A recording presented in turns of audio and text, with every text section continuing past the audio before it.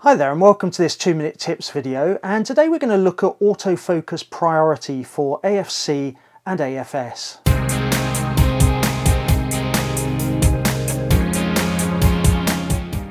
So welcome to this video, and we're going to be looking at autofocus priority for both autofocus continuous and autofocus single, AFC and AFS.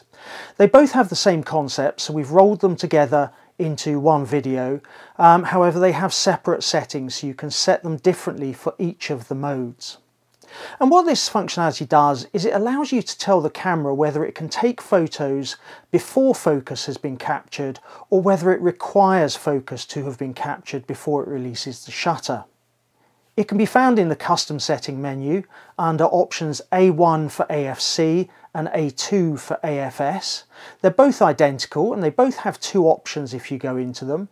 The first option is release and the second option is focus.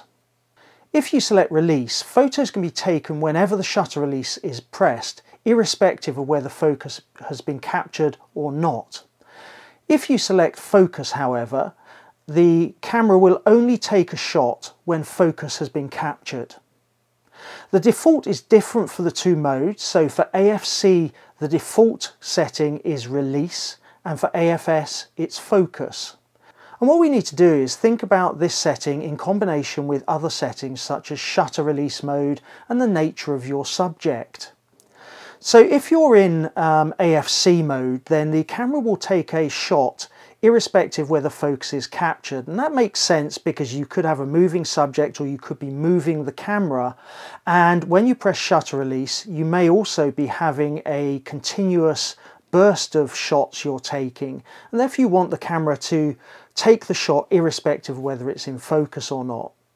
If you're using AFS, then you may well be using that with a more static subject. The camera may be on a tripod, you've got time to compose the image, you're perhaps using an area mode that is more precise, and therefore you want to know that actually when you've set it up, the camera will only take a shot if you've nailed the focus.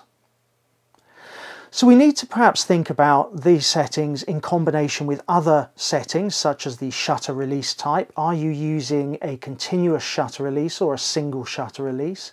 And we also need to think about the nature of the subject. And it's only by thinking about the combinations of different settings that we really start to get the most out of the camera.